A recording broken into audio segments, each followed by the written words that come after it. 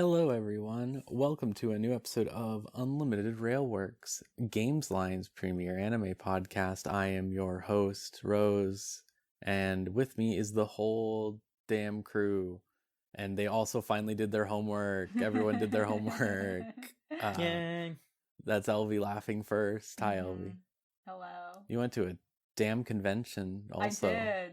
Oh, Pretty man. exciting. Yeah. We got Maverick.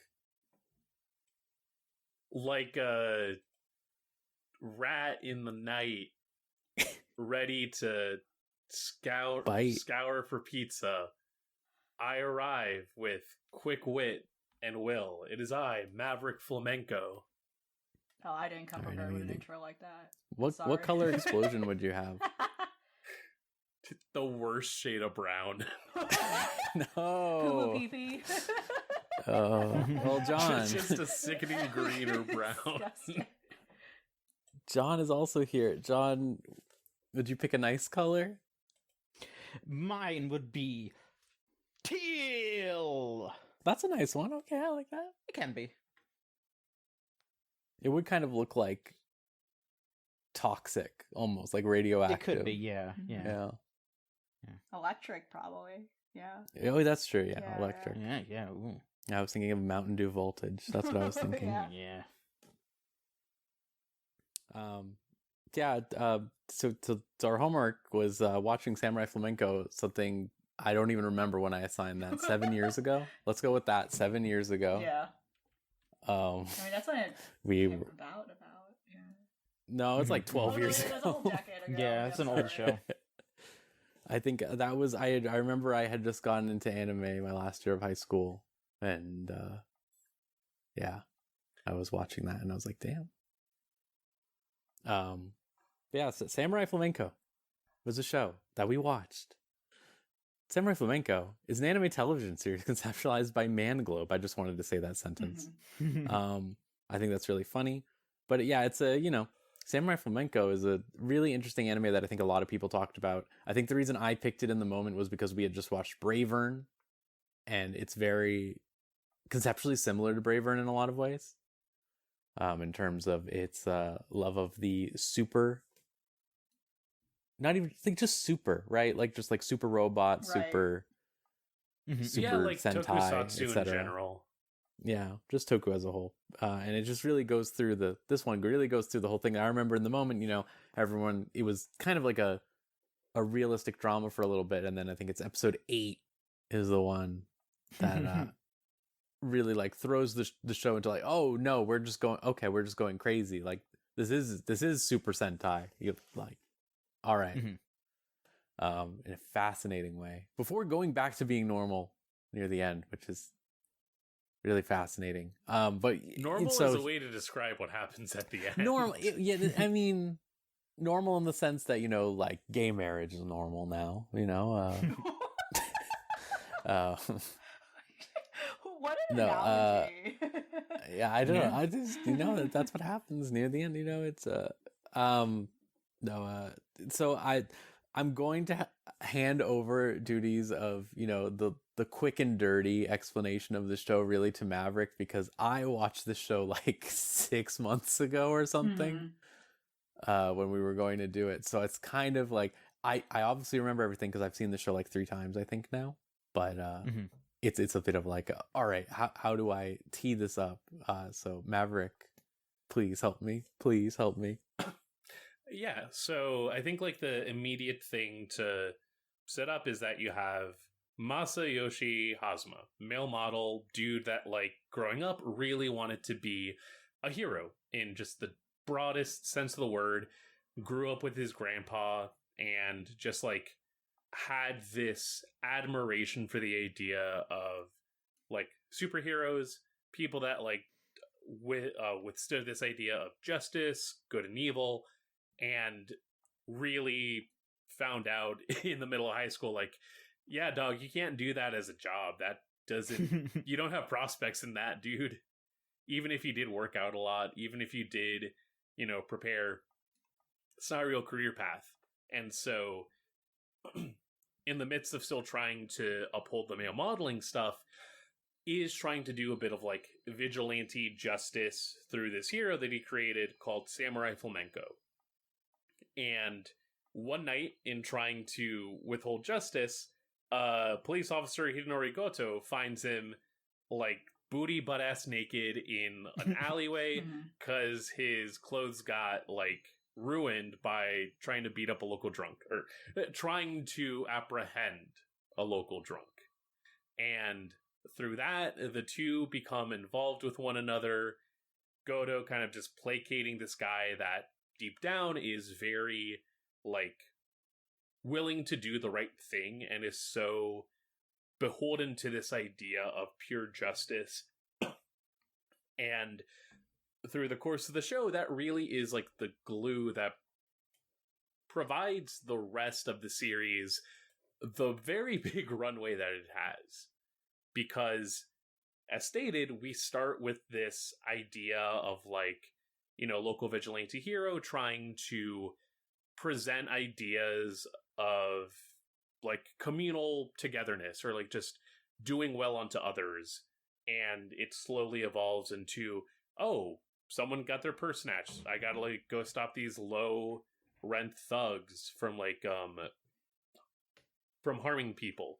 Eventually becomes like a local celebrity and gets notoriety, and they do a whole, as Rose mentioned in like episode 8, they set up this like fake like drug bust at the police precinct to be like, oh, what a good thing that like Samurai Flamenco is doing as like the chief for the day or whatever.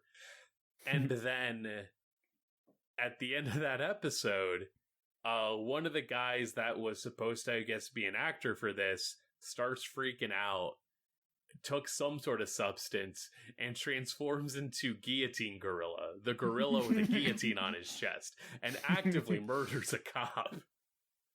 2 cops, even. And then Flamenco and Goto have to push this guy out the window, and this guy then runs out, screams "Viva Torture," blows up, causing more casualties. And we now have the rest of this show, which is just an escalation on the themes of tokusatsu and superheroism in a way that, like, I think also by the end of it, because as Rose mentions, like, by the end we sort of come back around to, like, peace has been, like, negotiated forever in the broadest way that I could explain that. But now there is this one very specific menace towards Masayoshi himself. So Masayoshi having this love of justice and protecting others, leading into just, like, this very one-sided feud with maybe, like, the best antithesis for that, somebody just being driven by, like, apathy, and Flamenco being this one person that, like, provided a source of interest of, like, an outlet for love, no longer being that anymore. Very long-winded, but I think, like, I don't know, those last episodes really had me just recognize the fact that at its core, this is a show about, like, obsession. It is a show about, like, the ways in which our, like, drive, interest, our love of things can be very transformative. It really lays it out by the end, but it's something that, even from the start, is, like, central to just understanding all of these characters, really. Yeah, I think that it's a really odd show for the time, especially, I think, where there were a lot of subversions, right? Like, things like Madoka and I don't know if I want to use the word subversion, deconstructions, etc., you know, stuff like that or whatever. Where it's deconstruction in, like, the way that, like, I would say deconstruction with air quotes. Yeah. Yeah, that's why I was, like, struggling to figure it out, to the word I want to use. It's like it was an era where, like, there were a lot of those coming out and stuff like that, and this is structured in a similar way to that, but at the same time it is very like earnest in a bizarre way. That I think is what makes it stand out all these years later still, of like it's just this weird work that is, while it's about obsession, it's also like kind of about like it kind of shows a lot of reverence for the obsession in a lot of ways. I don't even know how to put it. It's like it's just such a weird show. And that's why I said I picked it because we were watching Bravern, and Bravern is also a very weird show where it's like it's a work that really loves a lot of stuff, and then it's trying to like inject its own things and stuff like that, but its core message is ultimately I really like this stuff. And I think that's what I really like about it. I think that last arc is really baffling. I remember in the moment everyone was like really confused by it, because you get the what you said, freaking Kaoru from Neon Genesis Evangelion ass. Very. And it's like it is just this weird like grounded back to realism, but it's like at the same time it's like having seen a lot of Super Sentai, that's what Super Sentai is like, right? It's like this weird endless flow state between they're going into space one episode and doing something insane, and then the next episode is a PSA about drugs. And so it's like super down to earth, and like there's just gangsters shooting people or something. And I think they somehow captured that in this, within the frameworks of this narrative. John, I know you haven't seen much Super Sentai stuff. What is your what was your opinion on Samurai Flamenco? Oh, I still absolutely loved it. It's the kind of thing where I think the way that I would describe it is reveling in something that your friend really loves. It's like dipping your toes. It's like dipping your toes into something, even though you're not fully familiar, but you just end up loving it anyway. Like, I watched Samurai Flamenco when it was coming out, and or not. I don't think actually it was exactly when, but like pretty close to when it was coming out, because just a bunch of people on like anime Twitter were just talking it up. They were just like, "Oh, it's just so good. It's so crazy. It's so fun." And it holds the fuck up. It's just a really, really fun time. You know, like a lot of people will bring up the big twist with Guillotine Gorilla, but the thing that is really cool about that show is that it kind of changes genres a few times. And it stays good the entire time. It stays consistent. The characters stay consistent. They're just like picked up and dropped into a different show, basically, and they're able to just keep rolling with it. And that is extremely impressive, I would say.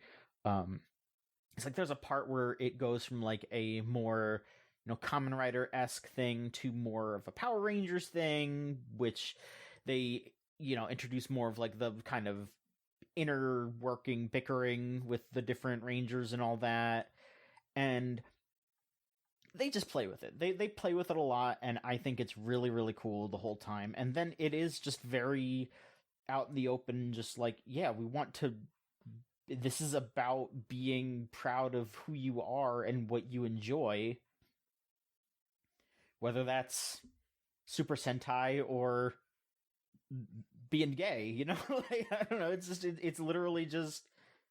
And it's about just love. How if you're a TV actor, if they force you to be on Japanese variety TV shows, you are entitled to compensation because it's the worst thing you could ever do as a human being. Absolutely. But, you know, it is just, it's honest. It is honest, and it is happy to be honest with you. It is not ashamed at all about what it is. It is just, this is a show that loves every second of what it is, and like it's infectious. It is. I also watched it long before I had seen any other Super Sentai, so I know exactly what you mean by that feeling of it's something someone else likes, almost, that you're engaging with, but it does such a good job of it, right? It doesn't feel like it's in the weeds or like you're supposed to know everything about Super Sentai in order to appreciate it. Yeah, it's definitely a celebration, but it's also like you could just enjoy this. It's fine. Yeah. It's here. It's what it is. It's just laying it out to enjoy. Like it's knowing good. More tropes now from seeing so much for me was fun, but at the same time, it's like they don't exist in a vacuum. It's fine. Yeah. LV, what did you think about Samurai Flamenco? Yeah, so my watch of this was insane. I do not recommend it, but is my. I've never seen it before. I've never seen it when it came out. I know what you're talking about. I think it came out. It came out around a time where I think there was a lot of like these like shows kind of deconstructing and doing something a little different, a little darker, a little more mature than the genres they were in. So I started it around the time when we were first talking about it. And kind of took a pause on it. Things were starting to get, like, again, life comes at you fast. And then when I decided to resume it, it was, like, taken off all platforms, like, legally. Like, you could not find the show I remember legally now, at least in the U.S. Well, right when we did it, the Crunchyroll thing happened, right? Where they killed Funimation. Yeah, my understanding of what happened is that it was on Funimation, and then there was supposed to have been a proper transfer of what was on Funimation's library to Crunchyroll, and that has not happened to all titles. So this includes Samurai Flamenco, included in the Crossfire, and there's still nothing. I'm like, hey, what's up with that? There's like a lot of titles still lost to the void that do not have a legal way to watch in the U.S. So my own memory of the show is like spotty myself because I watched like the first quarter of it and then I sort of jumped around finding episodes I could find in an order that is not comprehensible. Yeah. But I somehow got to the end in some way very rapidly yesterday. But I do know what happens in a way that my brain is scrambling as a horrible puzzle in my mind. So yes, I do know what happens. It is the last arc is insane, and perhaps that is the way I should be like. That's probably the way I should be like watching it, right? I don't know. I had my own cut suggestion. I think about being a child watching Super Sentai, cut. Right? Sometimes you just missed a Saturday. Kind of episodic, yeah. They're kind of episodic. Yeah, it's the gorilla cut I watched. I agree on all points. Like, I am someone who, when we were watching, like, again, I can't emphasize enough. Like, I'm very much used to the ham and like camp of like watching the Americanized Power Rangers. Like, I loved watching Power Rangers like every morning. It was like on ABC Family. Like, it was on Fox. It was on Fox Kids and an ABC Family in the US for some time. So like, I don't know, that was just weirdly accessible for me to watch and like watch the whole way through up to like Time Force.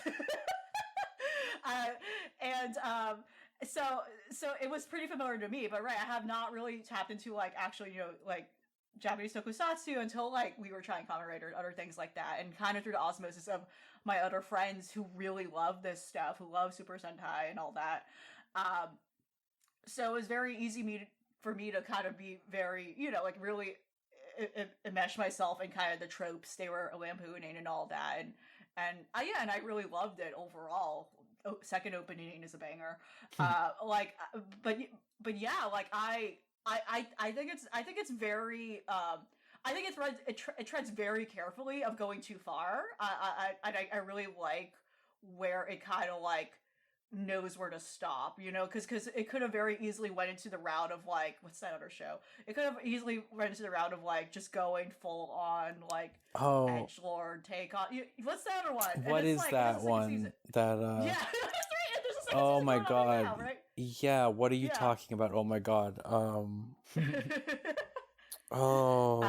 We'll figure it out. Yeah. Oh man. Yeah. It's running right now. This season, right? It's running right now. Oh my god.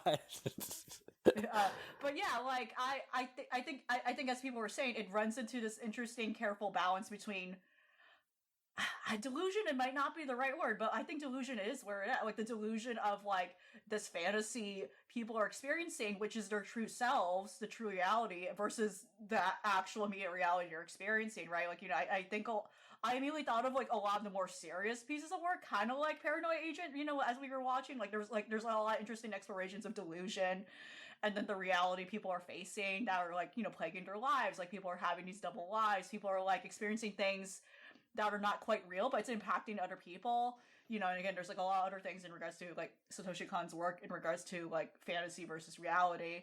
And then also angled on the idea of like, what superheroes are, which I think like shows like, get to bring it up like a very major, shows like My Hero Academia, I think like, again, like kind of doesn't quite like again, it's a big mainstream show like for like young teens and like I know it's not trying to be compelling, but like right, there are like a lot of parts that I think I got lost with in regards to like in making missteps, and I think being authentic around that and like exploring that, and I think like this series does a great job, I think, of I don't know, like completing the circle. Like I think committing to like ending people's arcs where they should, as either happy or sad it is. And I think that's like pretty fulfilling in the way it does that. I think in a typical, right, like show like Power Rangers, you have the characters defeat the bad guy, but that doesn't always quite happen.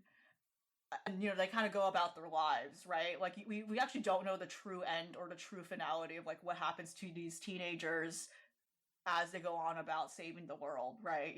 What goes on back in their personal lives. We don't really, I don't think we really retract back to that. And in this case, we kind of have that, full circle moment where, yeah, like, oh shit, reality's hitting again in the last arc. As again, I agree, like, maybe, like, it that edges on the bitch of, like, a bit of too much, right?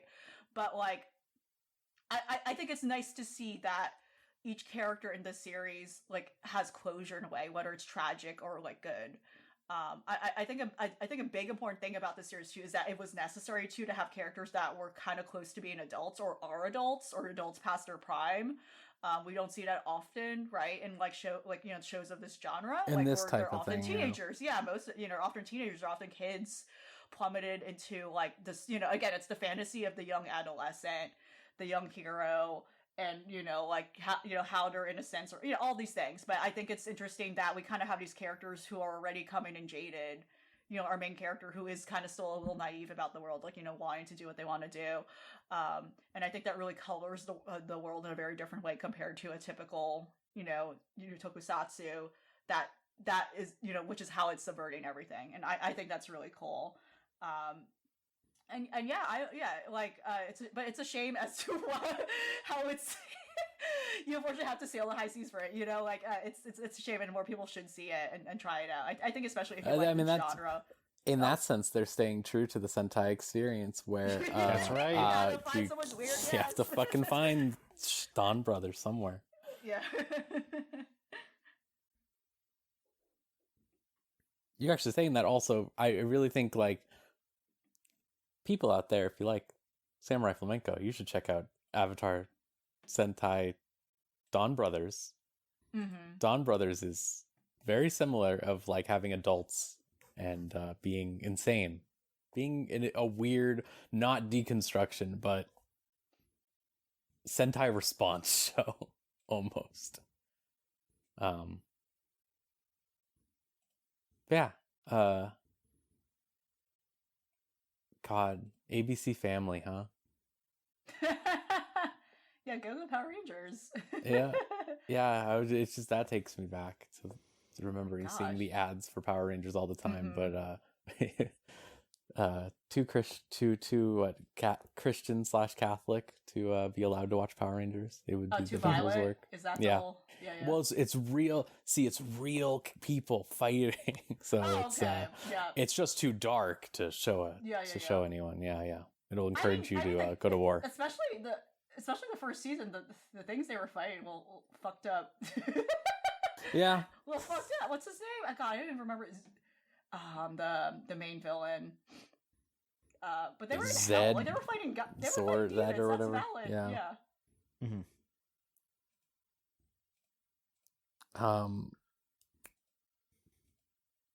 Yeah, I was trying to think of anything else to say about the show, but I will say I think the flamenco girls are insane. Oh no, Go yeah. off. I don't really.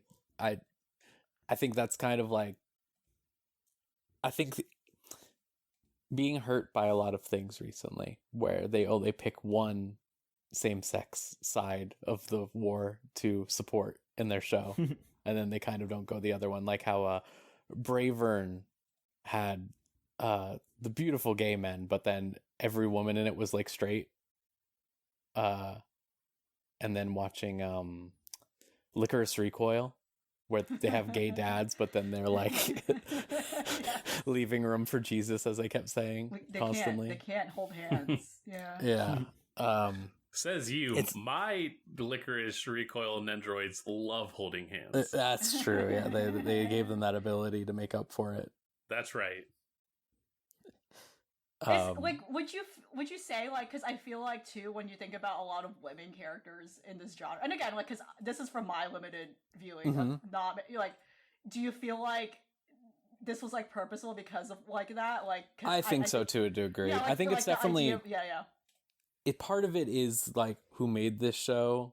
Off the top of my head, I can't remember, but I know it's people who write a lot of stuff similar to that. It's like what the person who did a bunch of like oh my god, written by Hideyuki Kurata. Yeah, and Hideyuki Kurata is not exactly, but like Hideyuki Kurata did do like Excel Saga and stuff like that. So those are shows that are already leaning in that direction, but I feel like going more real level. It's just like, yeah, okay, yeah, just director of fucking Durarara and Bakano. Durarara, definitely. Those horrifying sisters are an iteration on the path to the flamenco girls. I think like it's definitely still a reference to some of that, because that is the thing of like there's either like there's the Pink Ranger from I think is it Kira Major? I can't remember. One of the like really popular Sentai shows has a Pink Ranger that like her entire character is just all girls hitting on her nonstop. Yeah. And then like there's constant references in future Sentai shows, like whenever they have her show up or whatever, or have anything where it's just like everyone like oh my god, she changed my childhood, stuff like that, you know. So I feel like it's definitely feeding into that a little bit. And again, I'm thinking of like the American I can't like comment on how different those series are, but like the American iteration of Power Rangers, they're like very clear forced heteronormativity, like you know. So I that's what I immediately thought of. You know, and in a way that's not like very. I mean, all of like I mean, like obviously the main pair here, right? Is this like that's very much Kuga.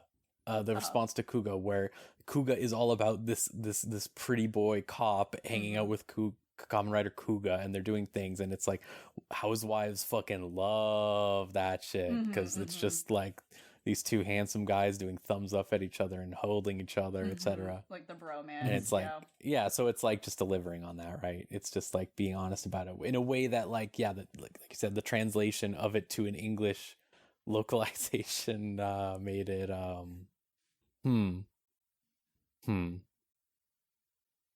the least gay thing imaginable. I was trying to think of a word to use. It's like man, football team energy brought into those Mighty Morphin Power Rangers. God.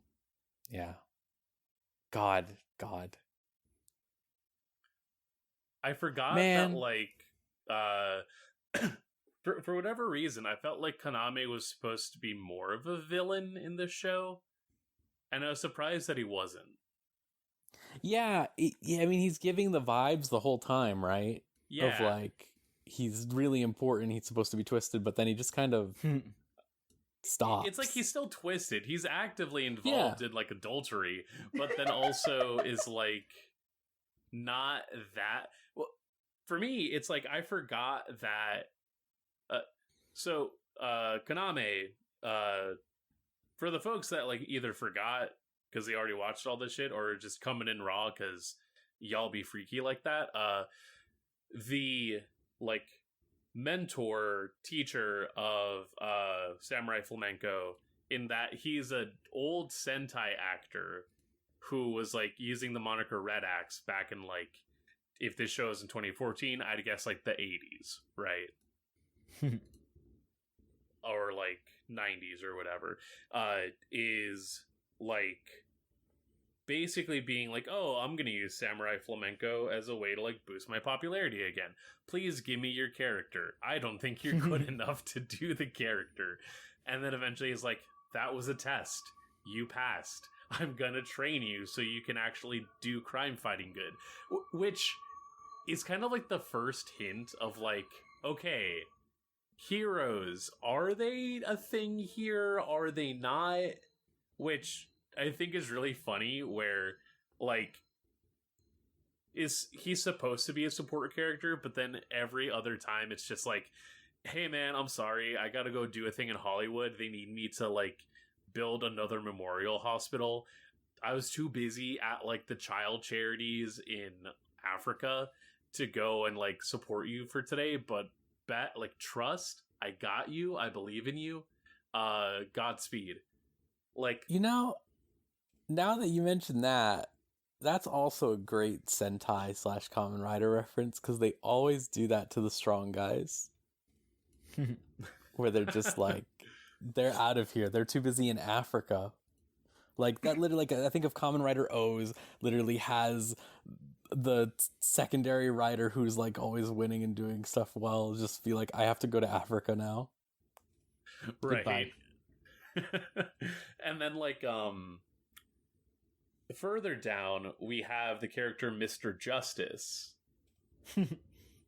who is like an American hero. And like, I think I forgot, so I had also watched the show back when it aired around like I think I watched it the year after, because I remember specifically watching like the second half of this when like, I'm trying to remember, I think it was like when I was at my then girlfriend's like dorm room for college, and just like waiting for them to get up, I was kind of just like, let me get through the last of this show. But like, I forgot that Captain Justice, Mr. Justice wasn't like Kaname in disguise. No, he's still in disguise, but the disguise is for fucking alien flamenco. You gotta love alien flamenco. He's 5 billion people in one. Sit down. His English went crazy. They made a good ass show. I fucking, the Prime Minister was like the one I just remember watching it and being like, beautiful, incredible, amazing. The fact that like that was concurrent with Revengeance. Yeah, that's true. There was a vibe, you know? Shinzo Abe was still there. Was still around, yeah. What a program. Oh, wait, did we mention at all, like, Goto's whole deal? No, we did not. That's like... I don't even know where to start with it, really, because it's like... that one's like the most like, oh, I just watched Anohana style thing, almost. I don't know how else to put it. That's like a weird way to put it, but you get what I mean. Of like... Yeah. It feels like adding that extra layer to it, and it's fine. It works fine, but... It's really funny when it commingles with the gay stuff at the end. It was something where, like, again, like, having those, like, trace memories of, like, okay, 10 years ago was when I last watched this, but I still remember bits and pieces. So it was like, fuck, what was the reveal about Goto's girlfriend? Because for the whole show, Goto is making mention of the fact that, like, oh yeah, you know, I'm just texting my girlfriend, like, we haven't seen each other in a bit. She's off for, like, work and stuff. We're supposed to go on a date today, but I got busy, or like all the flamenco stuff's happening. And like after the alien flamenco stuff, we bring it back down to home. And the back down to home part is the fact that Goto is like, what, 20? Yeah. Legal age to drink beer, so I think like 20. Like 3 years ago, before like the event of the show, he was like seeing somebody back in his hometown, and then like she got on a bus to get back home. That bus just like went through an accident. She goes missing, and unable to deal with the grief, just starts texting the number constantly, to the point where like the dad of that girl is like, dude, this hurts. I like, if you need the phone, take this phone. We don't want to deal with it. We want to try and move on. And he just gets so like caught up in like still sending these messages back and forth through his phone and hers. Fun like touch to that I didn't realize until like getting to the end. Like, it's 2014, so everybody else is having a smartphone. He's still like looking around like an old like flip phone, and is still like working. But it was just like one of those moments of like, oh right, like that is kind of like a hint at like whatever is going on, more than just, oh yeah, this is an old show, so like obviously everybody has like a cell phone, or everyone has like a flip phone, which looking back at it was like really cool.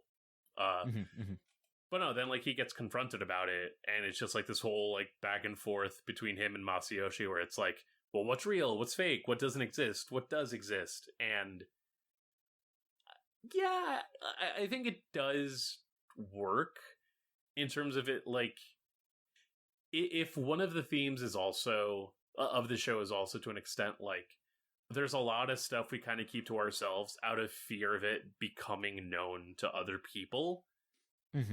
That definitely like hits to some extent of just like, you know, regular guy on the outside, you know, the local like beat cop just doing whatever. Oh, there's just like a very specific darkness to you that no one really knows except for like your mom, because she also had to like deal with it up close.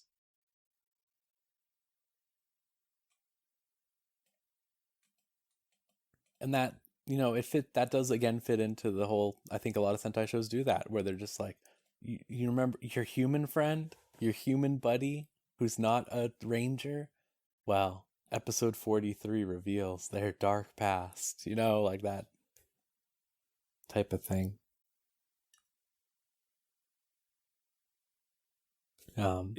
It's a very brave show that they never gave Goto a suit. Yeah. That's something that the current common writers actually, I think, doing well of. It's we've been in a real era where they give everyone a suit. Like I would say for the last like 7 years of like common writer and etc. It's just like, are they a main character? They're eventually going to be fighting, kind of. And then the most recent one just has a bunch of support people just hanging out. And I think it's people are appreciating the refreshing vibe of, hey, you know, you can just have a friend who's just hanging out, you know? Oh, it is really funny that, like, for context, the shows airing concurrently with Flamenco were fucking Kamen Rider Gaim and I think Tokyuger. Okay, so Tokyuger are very, very popular. Tokyuger very popular, very, like, if you, like, split apart the two, like, core elements of Samurai Flamenco, one being like that earnest like that earnest love of what you do, and just like sort of like beginner's mind, childhood like rekindling. Tokyucher heavily fits that. The dark twisted stuff very much is in tandem with what Gaim was going for, because that's also an Orobuchi show. He wrote that whole shit and it goes places. Well, Is there anything else we want to talk about flamenco? My only other thing I can think of is that I wish that the second opening was as good as the first one. Yeah. I'm good. I mean, I'm just glad that we got to highlight this classic of anime. It's great. If anyone out there listening hasn't watched it or watched only part of it or something before, I highly recommend it. It's just great. It's just a good ass show. Please. Mm-hmm. Another one of those original anime that just like is doing something really refreshing and then just manages to actually do it all the way through. Mm-hmm, mm-hmm. Speaking of original anime that's doing great, Maverick. Apocalypse Hotel's pretty good. Apocalypse Hotel is pretty damn good. I that for the first episode of this show, I don't know, did we talk about it last time? I don't know if we watched like one episode or something at that stage. We might have, but like to date there are like what, 6 episodes? 6, yeah, 6 or 7. 6 or 7, and I think I might be one behind. I'm like 2 behind, so. Okay. But I'm looking through the quick yeah, no, last I watched was episode 6. okay. I think I'm on episode 5. Okay. I believe. Still a great like point to catch up on, because oh my god, you can just tell that they're having so much fun with their show.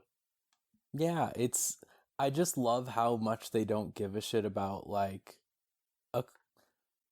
cohesion is the wrong word, because it is very cohesive. They're thinking about a lot of things as part of the process, but they're not caring about like the practicality almost of anything in a way that I really appreciate. So it's like, how do I put it? I really like in episode 2 they have that guest without, I don't want to get too far into it because I want John to experience how great this is later. Watch it. They have this guest who is inscrutable, and then by the next time they deal with another alien guest like that one, they have learned several languages. Yeah, and can just speak them. Thinking about how this show works with its like premise, it reminds me a bit of like Vivi, Fluoride Ice Song. Okay. Sure, yeah. Just in the fact that like that show was really gung-ho about the fact that it's like, we're setting up a loop, we're setting up like some stuff with time, and we're gonna run with it like top to bottom, because that is an element of the show. Apocalypse Hotel is similar in the fact that it's like, our main cast is robots, and the question is that indefinite, well, when do they break down? And you see some of that at the start, but also at that point it's like, all right, let's really just behold at that point the idea of like, how far can these like people last? Yeah, and then it pivots from that so fast, right, into like, oh no, they have injections of hope now. Almost. Yeah. So it's like, no, I am going to work now. It's not just like we need to stay alive in case we can do work someday. And that longevity is kind of like done in a way where it's the longevity in a way where it's like, it does feel like a bit day by day, but it's because of the fact that like it takes so long to get to that next point. Like, I mean, episode 3 takes place 50 years later immediately? Yeah, something like that, because it's like, well, it's been a minute since our last guest. And they just keep up that weird, like, who knows how long is passing? Like, it's really... I think the production itself is great. Like, the animation's all really good. The music's really good. The opening is fantastic. Yep. But it's just like such a fun comedy series, I guess, which is really interesting because I think the first episode is definitely comedy oriented, but it has a very somber tone, and there is this somber tone pervasive throughout it, right? Of like, hey, like the guy who made me basically into who I am is like gone forever and will probably never come back. But then it's like, couple that with like the little Tanuki girl being traumatized in war with, but because she got attacked by the xenomorph, and it's like, what the hell's, what are we going for? What is this show headed towards? Which is what I'm really. The episode right after that is like a slice of life beat. Yeah. The whiskey making one. It was so good. It's the thing I love about this show the most is I love how insane all of her missions are. Like, I love that she has missions baked into her code for beating up a guest, getting yelled at, doing something well, whatever, like all these things. But because I like that because it implies that she has never done anything also. Of like, she really was just like really bad at her job before all of this happened, and then no, those are secret missions. She is achievement hunting right now. Yeah, she's achievement hunting, but some of them are like like what there was like successfully treated like have a guest or whatever in the second episode, right? Like when the first guest it was checks very out. specific about what type of guest. I guess that's true. It was alien guest. Oh my god. Yep. Yeah, you're right. That's what makes it great though. They're so insane. I hated Pretty Voice though, and I hated her special body that she changes to. You're not fucking with the va boom. No, I'm not. It's the lips specifically. It was the lips specifically. That part's hilarious. Oh my god. I just love how in that episode after it happens the first time, it's like, that's scary. And then just like every time after when they're doing the same thing, she's changing to it in the background with no like real fanfare or acknowledgement. It just cuts to her and she looks all fucked up. Yeah. I love the little black robot, the environmental checker. Oh yeah. Fantastic character. My subs have it so that it's doing a bit of like a smooth talker voice where it's always just like, how's it going, baby? Yeah. It's great. They're voiced by, it's a guy who does a lot of things, but he's fucking Randy Orlando from Trails to me, so. Oh, hell yeah. I'm hearing that every time. I assume you've only heard Randy dubbed, but the Zero is subbed only, so. The vibe, the vibe is there. You tell me that, and I'm like, oh, yeah. That makes sense. Yeah, of course. The second he spoke, I was like, is that Randy? Because it's just talking the exact same way. Yeah. It does something special where, like, I don't know about you all, I've been having a bit of anxiety about a lot of things lately. One of which just sort of being, the state of the world right now. And having a show that kind of is just so, like, willing to say, yeah, what if we did fuck up enough where we kind of just had to, like, we just had to press the emergency exit. And, regardless of what we are up to, everything that we left behind is still needing to exist and still needing to, like, persist without us.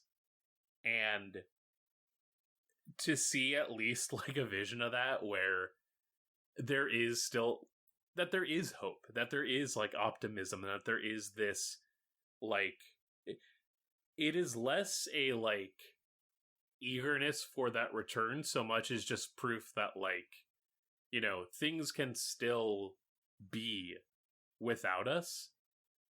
That in a way is kind of peaceful. In a way is, like, just very, like, uplifting, which is weird to think about, but at the same time, but yeah, when we saw this show in the list, I was saying, like, it reminds me of Yokohama Shopping Log, right, in a similar tone, but it's like this is like not the Joker version, because it is very nice and like uplifting and things, but it is like I guess it's just the 2020s version, right, of Yokohama Shopping Log almost. It's very happy to have a laugh, and I think like that's the most crucial element to what it's doing. I don't have the full like details of Yokohama Shopping Log, but like at least knowing that, again, this is a show set in like 2057, so like another 30 years from now, and recognizing that, like, you know, advanced enough to create androids that like are now filling service industry jobs, not advanced enough to make sure we don't fucking like eat ourselves alive. Yeah, no, like it's sensible in what it's doing. Like there's a feeling of it being lived in a way that like not a lot of shows that focus on the future, I think, take the time to cultivate. Yeah, they're just, I don't even know how to put it. They just like, it's not just phoning it in. It's like almost worse than that. Of it's like, I don't know. I think of things like The Last of Us, right? Where it's like they're not interested in actually talking about what these societies could meaningfully look like. They're more fixated on like concepts and abstract. Yeah. Or like you know, I think about Back to the Future 2, which Sure. provides that idea of what would 30 years look like, and it is like Absurd. It's absurd, but it's also like the fact that it really is eager to play sort of like a mirror to what was 30 years at, like, well, what is it? In like relative time, 60 years prior to it, but if with like 85 as the centerpiece, what's 30 years before, what's 30 years after, what's different, what really stays the same? And I think Apocalypse Hotel hits a similar vein of just like, yeah, no, the clock is still ticking. That we cannot do anything about, but for Yachiko? Yeah, Yachio. For Yachio, the big thing is just like, hey, my job is to, in a sense, like preserve tradition and to preserve this idea of hospitality. It's gonna adapt, it's gonna change as need be, but, you know, the core of what this is, the core of what I do is still going to be here. The fact that each episode is titled like a different one of the like tenants of the hotel is a really nice piece as well, of just bringing that all together in just like, you know, I wish that you had watched the like episode 6, because there actually is a bit that like talks about this, especially with like Yachio as a character.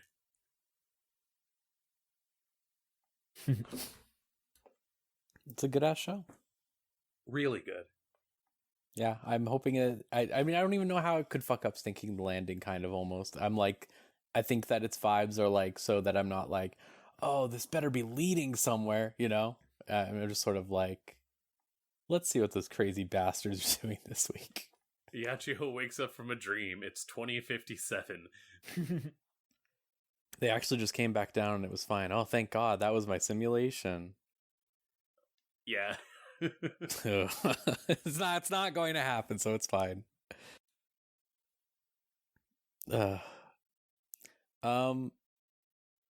Elvie. Yeah. How was your convention? How did you had a good time? Gosh, I did. Yeah, that was like the first time in a long while I just like went to a huge. So, a side note, I'm someone who does vend at conventions. I am someone who does Artist Alley. But I also have not done or just even went to a big anime convention in a long time. I can't even account for the last time I've went to one. Right? Like, so let's talk about before COVID-19 happened in our lives. I'm trying to even think. Like, wow. Yeah, I don't even remember. I feel like it's been years. It's been years, right? So that was really cool. Well, actually, no, yeah, I think it was Anime Milwaukee. It was Anime Milwaukee back in Wisconsin.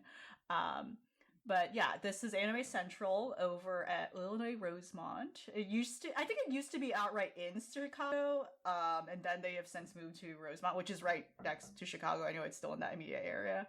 And yeah, it was a blast. They're and again, from a vendor perspective, very exhausting, but I feel like I've had enough time to like look around. I also had a table assistant with me, so that was helpful. But yeah, it was awesome. It was exhausting both from like a learning experience standpoint over like what to do next, what to expect, and also yeah, what things to look out for.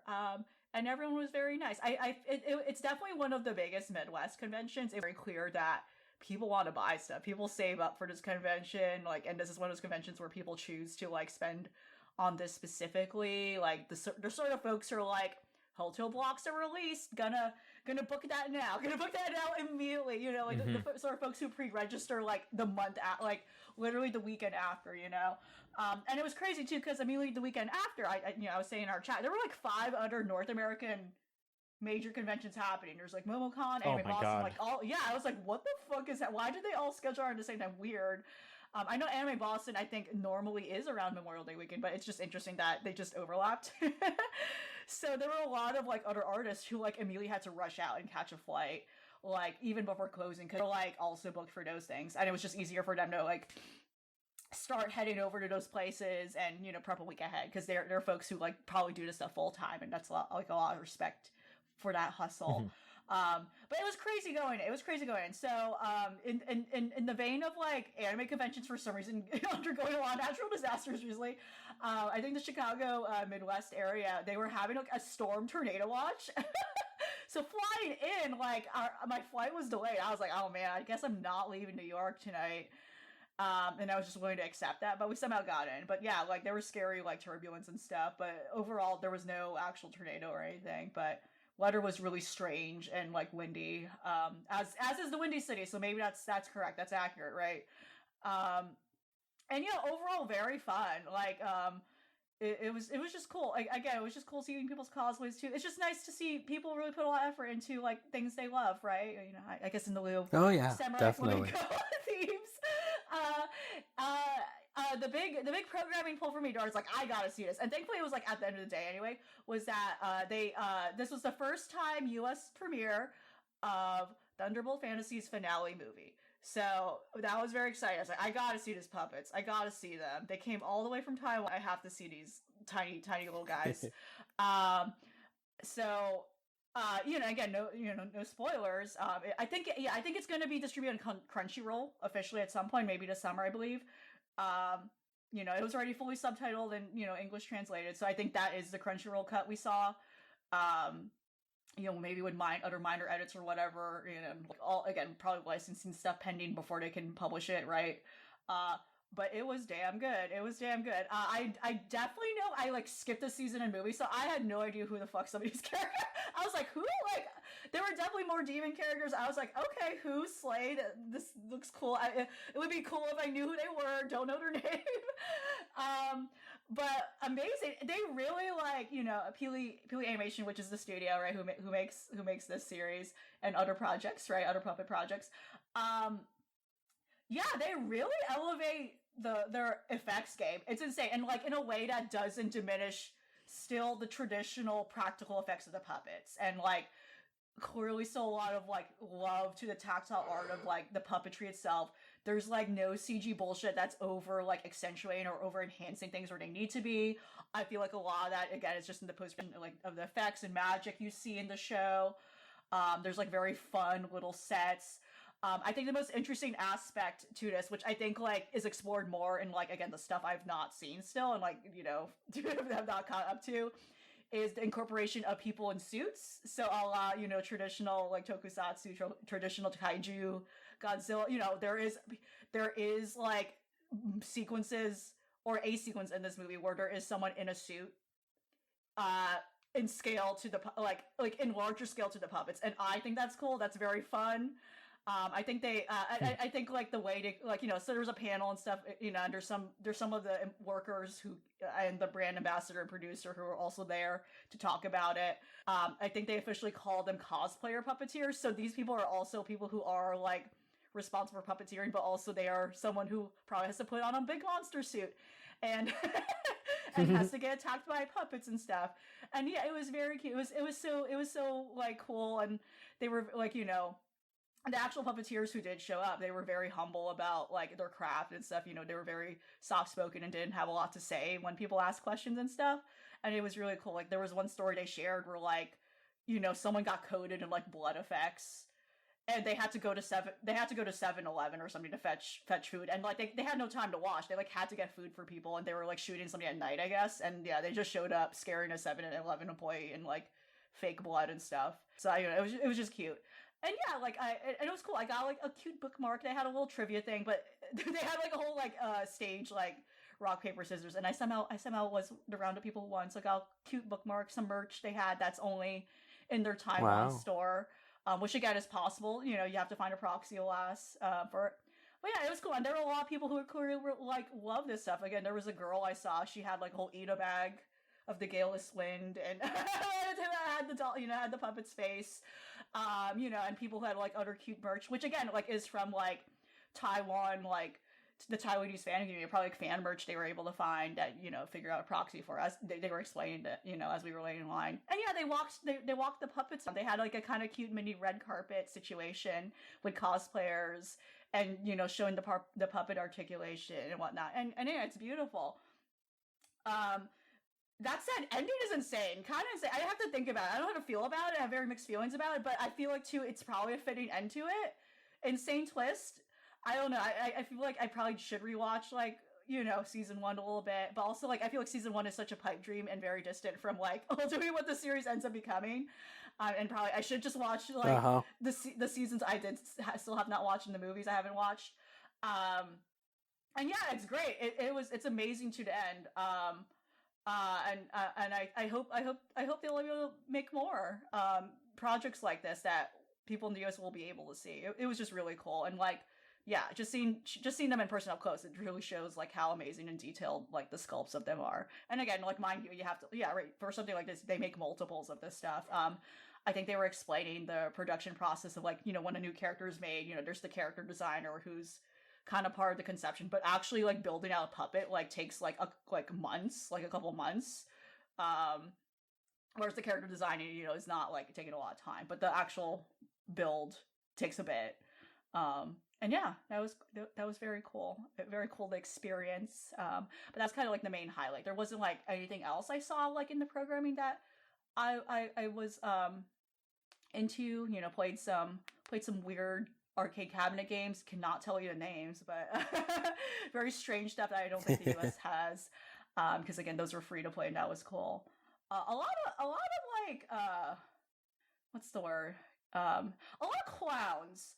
I don't know how to explain this. Really? There's a big clown vibe going on this year, but perhaps we are experiencing a circus right now, so maybe that's what's it.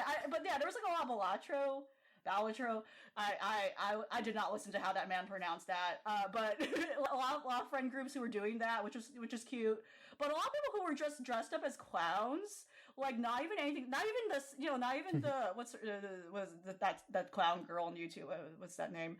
Something circus. That one. Oh, the digital circus. There were some girls, but there was just a lot of people who were like dressed up as a clown, and I was like, okay, good for you. There's a clown aesthetic going on. There has to be. There has to be something going on because I play the Infinity Nikki, right? And they've added like 3 clown outfits this year, and I'm like, yeah, what's going on? Is there something going on? Are having a moment. Is there like a K-pop clown thing or something? I don't. Or is there a VTuber who's like a clown? There is, but I don't think she's that popular. Yeah, just clown. Sadly, she isn't. She should be. It was funny seeing people like who are, yeah. It was funny. It was funny, like seeing an occasional VTuber like on a tablet being rolled around by their. I still think and they were streaming the convention. I think that shit's insane. I think that's too much. Yeah. It's just like, I mean, I just always think of Wheel's room that he posted that one time, right? Of the empty hallway that you could walk through with all the pre-recorded messages from the VTubers. That was just this scary dark room with low fog. I can't fuck with that. It's dystopian. Oh, it's so scary. It is strange. But I was like, okay, sure. I mean, I guess I don't know, just from a very distant standpoint, that is cool for someone to be able to experience that if they can't. But I agree. I guess from an understanding that this is an industry thing, this is a job someone's just doing to choosing to do it is a little weird. It's they don't need to do this. I get it, but I guess there's a balance of it, right? And I'm probably just a hater. I don't know. I'm sorry. I wonder if there's. I think a part of it too is maybe a way to present it better. A more unhinged version of that I saw was the paper cutout of the VTuber, and there's the cameras. Oh, that's scary. That's scary. I don't like that at all. Someone was wheeling that. Someone was wheeling that on that was really strange. I think for me, what it is just the dude walking around with it. It's just yeah, and it usually is a guy. I've not seen a. I just want to look over. I just look over at that guy, and I'm just you're just this. There's your job is so strange and so sad, and I don't know if I even should acknowledge your existence, because I feel if I do, it just makes it worse. It's breaking the kayfabe of or should you? Yeah, because when it's a wrestler, it's they're doing it. It's not like they have. Yeah. It's not like they have a guy who follows them. Or okay, you know what I was gonna say, but there's managers, so never mind. Actually, maybe I'm just. No, but I mean, it's the equivalent of acknowledge, for instance, in theater, there's various degrees of stage play production levels. And in traditional kabuki, for instance, there are literal stage ninjas. There are people in black, costuming that are very visibly seen, in the very colorful backdrops and scenes. They are not. There's no way to hide them. You see them sometimes, whose roles are to lift the character's dress or to just elevate and move things around. But they are very visible. Yeah, but also, so obviously, something like that. You don't acknowledge they're there. You pretend they're there, not there. Yeah, but right? also they're all dressed in black, and it's part of the there's art. There's a visual code. Yeah, these motherfuckers are walking around with fucking they're in their graphic tee and cargo shorts, and they're wearing glasses that say VTuber on it, and it's dog, you're some dude, you're Jack, all right, you're walking around next to fucking Iron Mouse or whatever while she's talking about. I don't even know what she talks about. I can't even make a joke. It's just dude, I don't why are you here? What's going on, man? Hello? I don't know. It's just, I don't get it. I need that scary, wheelable, remote-controlled iPad camera thing that Giant Bomb had forever ago, where they can just wheel around someone's face. They Yeah, but I guess the thing is they just don't want someone to steal it. Yeah, I guess so. That's true. I'm just which I mean, I don't know, I would just maybe it wouldn't bother me if they were just dressed like a Secret Service guy or something, just don't bring it like a guard. Yeah, just have it be a fucking dude, they need to play into it. Yeah, and when they're taking pictures and stuff, don't have the guy stand next to the fucking thing. I don't why is I get he where there? you're coming from. Yeah, it's weird. Yeah, I get you. This is weird. Yeah, no. Whatever. You want a level of showmanship. You want a level of would it help if they were a guy in a suit acting super serious? Would that help, you think? Yeah.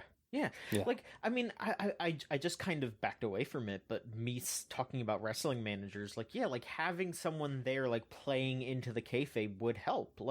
If they had someone who was obviously not all of these people are in groups Visojo and Hollow Live and all that, but if they just had people that were we are the managers and we show up whenever they do those things. Like, play into it instead of it just being like, yeah, here's this guy who we don't know who the fuck he is, but he's in every picture of, you know, like I was thinking about that fucking like the time that I sat there and I was like, okay, yeah, this is just weird. I can't fuck with this. Was like that Baby No Money guy. He keeps doing like cosplays and stuff, and he did one where it was like him and like a bunch of other like nerd music people like dressed up as Sonic characters, and Iron Mouse was one of them, and she was like in an outfit. But they had, like, the guy there with her, and he wasn't dressed up as anything. He was just in a shirt, and he was standing there with all of them in their Sonic outfits, and it's just like, why are you here? Like, you don't have to... Like, it's not even like they're, like, out and about. Like, they're at a fucking, like, place doing a photo shoot. It's not like someone can run up and steal the fucking thing. Like, why is he here? I don't get it. Yeah. Yeah, it is pretty odd once you break it down. It's I don't know. It's a stupid ass thing that I'm like hung up on. It's not serious. No, it's not get serious. It. I get it. I mean, well, you know, one day will come the time where they could like fully remote control like their whatever vessel they want to appear, right, as in person. But I agree. It does seem to be some weird issue over like, oh, some pervert's gonna steal this, right? Again, the balance of like, I don't think that's quite happening. They don't need to they don't need to keep hovering over this all the time. They could lean into like, there's some pop stars who've had like long term like the same relationship with like one bodyguard for like a long time. And like fans noticed it. Put him in an outfit. Like, put him in something. Yeah. Like, just don't, like, come on, play into it a little bit. Have some showmanship. Mm-hmm. They should just dress up as the VTuber also and pretend they're the actual VTuber. Yeah, fuck it. Yeah, put them in the damn mascot suit. I'm Iron Mouse, actually. Yep. I'm the real Iron Mouse. You know, apparently, they do that sometimes, or what is it? Hosho Marine for like one of the meetups is like, I want to get into like my like plush costume and like go out, you know, be like among the people. And staff was like, we do not trust that, but like we'll put you in the suit and you can like walk around backstage. That feels controlled enough, you know. God forbid. God forbid. Which, you God know, forbid still, a woman like, do anything. Do not let a woman who's known as being the horny one have to deal with, like, thousands of active live staff. Like, not staff, active live fans. Yeah. But no, I agree. I think the folks that would be down to do that are the ones who, like, either are low-key enough that, you know, they'll just show up to a con like masked up or like as they are, and it'll be like, oh yeah, what's good? I'm like you know, I'm Soup Rabbit. Oh shit, you're Soup Rabbit? Yeah, you can call me Ryan. It's chill. But like, you know, it's the people that would do the bit also don't need the bit, which is unfortunate, but then people that could lean into the bit, it's rude to say normie. But I don't, it's just like... Sometimes it's the only word you can use, right? Sometimes it's just there and you're like, what else can I say? Like, as I realize, if there's anything I've gone further down the... I'm refusing to say the term of it, because it's just like so shorthand at this point, but just like being more cognizant of like the VTuber space. It is funny how like you see the cracks in the armor of just like, oh, you're like a little bit freak-sided, but because you have to be like of a certain like code or like of a specific standard, you can't really like fully let it all out. Mm-hmm. And unfortunately, I do not have the ability to eke that out of every single VTuber in this space. Yeah. Yet.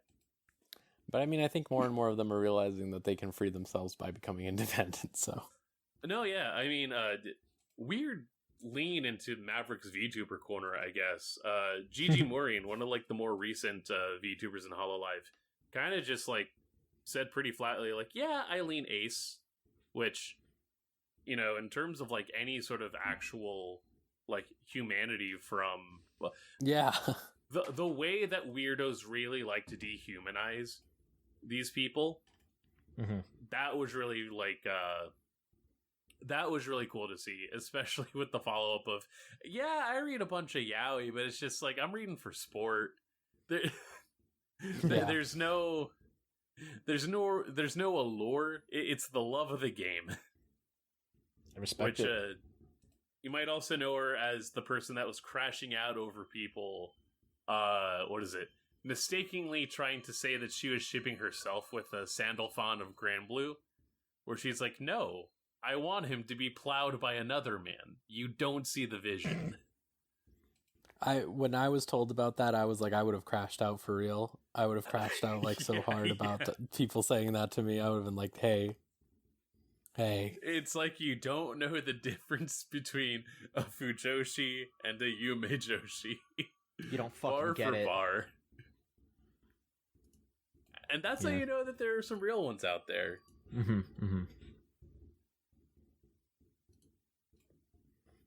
Folks, real quick, I have just received something as we were recording this. We have received our first email. Okay. To the email account. Wow. And I say this now because it is about Samurai Flamenco, and we are a little bit beyond that. But... Oh, perfect. Well, that works out. That's fine. All right. It's from Beryl. You know, Beryl sent in stuff plenty of times in the past. A loyal patron of ours. And someone that I am proud to call my friend. I would say that. Beryl's a wild one, but we love Beryl in this house. Beryl asks, howdy Rail Tracers. It's been a long time since I've watched Samurai Flamenco, but that guillotine gorilla scene still sticks out in my mind as one of, if not the most wild shark jump ever witnessed in a series. I don't doubt people watching that week of and thinking it was a dream, or folks thinking the main character was in a coma for the remainder of the series. So my question to you is, what's your most notable shark jump moment in anime or any media even? I say notable because it can either be peak or series ruining. Because, this is definitely a quote-unquote shark jump, but it was still peak. Yeah. Can I get it out of the way immediately? Please. The dubstep beat dropping when that girl's heart stopped in Wonder Egg Priority. Yeah. Oh, we shared that trauma together. We did. That was like... I don't. That's true, Maverick. You were free. You were innocent. Yeah, I remember that every time we talk about it. You're like, I'm fine. I'm safe. They can't hurt me. I don't need to peep these horrors. God. I'm actually not. Plato, I'm sorry, my guy. I'm actually looking at the light directly. That's just the first one I think of every fucking time. It's just... it's so sad looking back. It could have been something. It could have been something. We talk about, like, whoa, that was wild. Like, that's so... Like, we're talking about Flamenco, an original series. Another example. It just went completely wrong. Like, there were so many people I had to, like, intervene in, like, because, like, you know, again, they're looking through Crunchyroll, like, you know, they don't know, and they just see, like, right, yeah, it's on Crunchyroll. They just see it, like, oh, like, cool art, what is this? And I'm like, no, let's keep going. Let's move on. So, yeah. Okay, does anyone else have any? There's, like, a few I can think of, like... What is it, like a jump the shark moment in anime? Yeah. Or just whatever, yeah. I'm trying to think. I had another one in my head, which is why I wanted to bust that one out really fast, but I can't remember what it was. That's, like, the best example. It's just the one's so perfect, right? Yeah.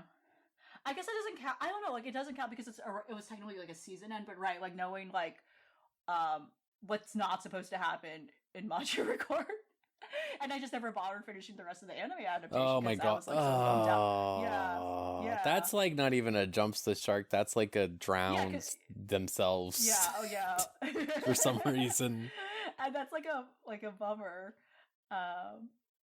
You know, I was like, pull it back. Licorice Recoil. That guy just put guns everywhere. That's and true. then, like, what even happened? It was just so bizarre. That was like a real insane moment of like, I have this great plan, and then he just put guns everywhere. Oh, what? You wouldn't put guns everywhere? I just like to accomplish a very important point. This is very serious. No. I feel like I had one in the back pocket of my mind, but I just can't remember what it was. Again, this Wonder Egg is so... Yeah, it's kind of hard to say special. Because I feel like jumping the shark has like a bit of a negative connotation, even though I do understand what you mean here, Beryl. Like, because like when sometimes something gets insane, like Gurren Lagann, right? Where they just go to space and you're like, fuck it, yeah, let's go. But then they pull it off. Like that's the thing is I feel like when you say jump the shark, it's like, okay, here's this insane thing, and then they can't go anywhere after they do that. I'd say maybe I think maybe having this is a weird one, I suppose, but like having Ash actually win the fucking championship. Like, I know they ended the show and all that, but also at the same time, like the one before that was he fucking loses to a Charizard with his god bonded spirit Pokemon that is water. Yes. And that was also like, okay, come on. Yeah. And I mean, they went on after that with the whole, he's traveling around all over the goddamn place instead of just sticking in Alola and all that. But sure, it's what it is. So that was definitely a jumping the shark moment, but I think it was also like pretty planned out because that was them winding the character down so they could do something new. And so it was a smart shark jump. It was like, yeah, you know what? We're finally doing the thing that is very specifically this jumping the shark moment for the Pokemon series, and now because we did that, we can be done. I remember like when 4Kids ultimately ended up losing the show, right? And like 4Kids was slowly like closing all that, and was and when the English dub had that dramatic cast change, people were so upset. I remember that being like a big chaotic like discourse, and arguably I think when people were actually having a jump to shark conversation around an English dub, and I think that was interesting. I clearly remember when this was happening. I was a little more active in the Cerebi the Cerebi.net forums. Hell yeah. Yeah, and what a time. People have since kind of moved on, I guess, from that. I don't partake, okay, but Boruto. I know Boruto did that insane thing semi-recently where they just did like that insane times. No, the time skip where he becomes punished Boruto, erased from history. And that just sounds like the worst shit I've ever heard of in my life. So that's like one where I'm like, but also like, can Boruto jump the shark?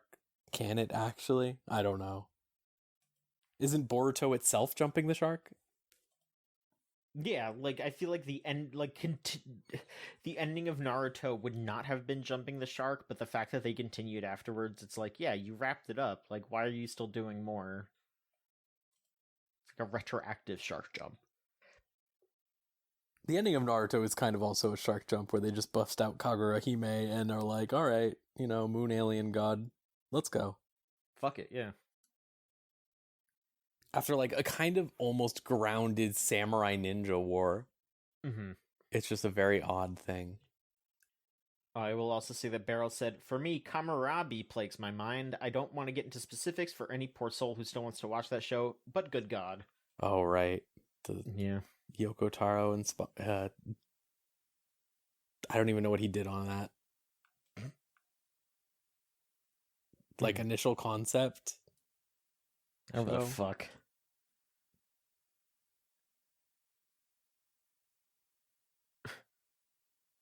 fucking know. Whatever. I think in the 2000s they used to just shark jump themselves all the time. Is all I can think of. Like thinking of like so many shows like Speed Grapher or like you know, that type of show. Yeah. There's none that like are really jumping at me.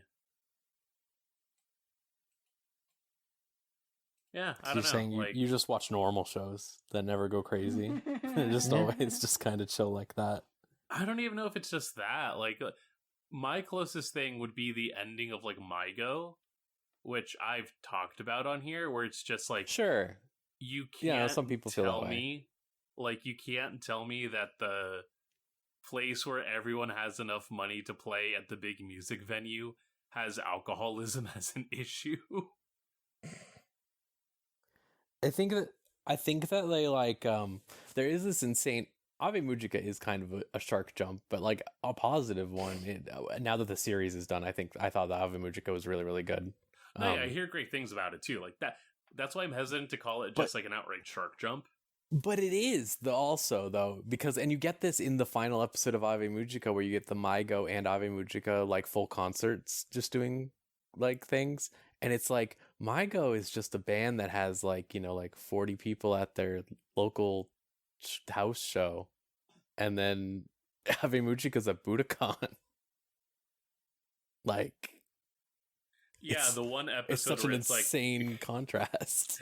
I'm amassing my millions. It's just the way that you go from like small scale like interpersonal drama to, and here is the insane girl who's the daughter of the famous actress, the most famous actress in the country. Yeah. Again, I bet that it's good. I'm gonna have a good time with it. It It's is just good, like, yeah, but it is a bit of a jump.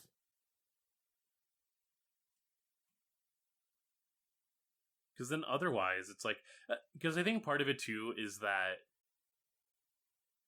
to jump a shark means that you've had to do this for long enough that like per the like name of like the trope, you know, Fonzie jumped the shark because the show did not know what else to do in order to attract its like main audience.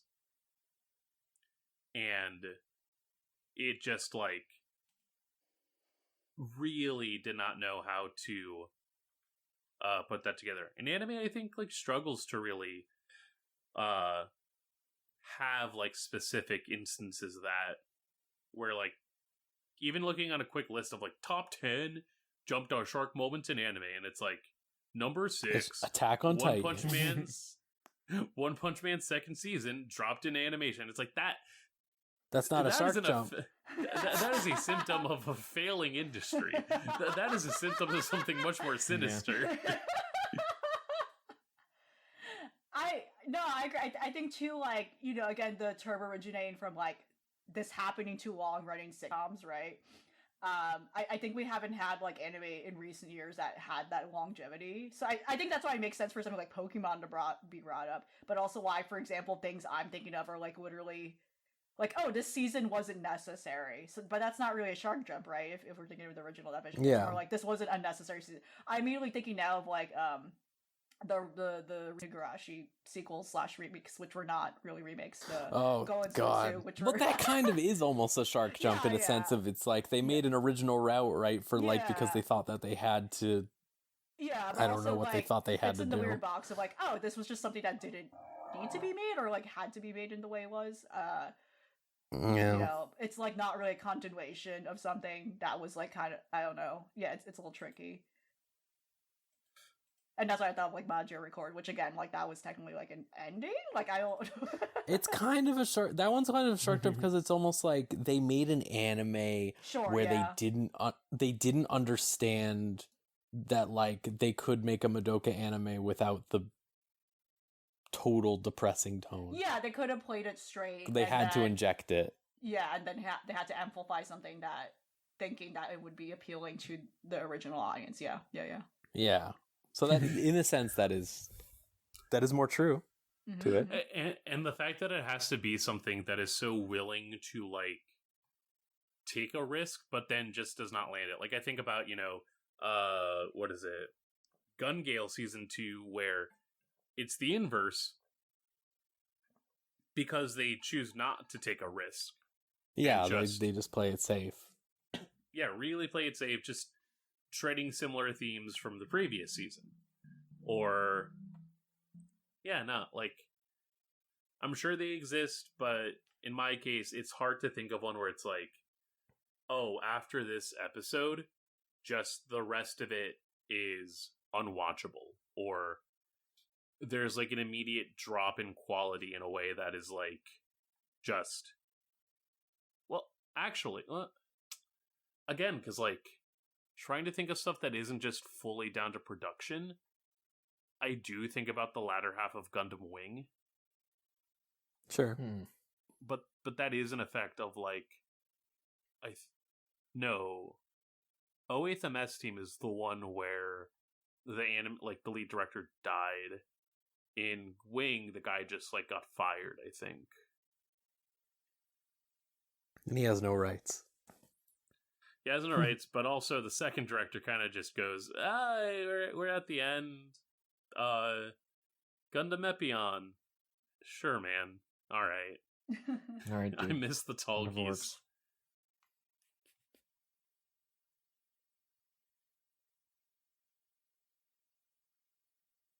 Well, good question. It made us think about a bunch of different things. Mm-hmm. And if you want to send in a question that makes us think about things, you got to go to podcast@gamesline.net. You can send an email to that. Please. Please continue. I'm sorry for interrupting. No, that's fine. I'm just trying to figure out John, what have you... I know you haven't been doing that much because you've been doing other things. Yeah. But I've been working and going to sleep. Yeah. Well, I mean, you're playing other stuff too, and some stuff. I'm doing other stuff. Watching miscellaneous things. Right. I'm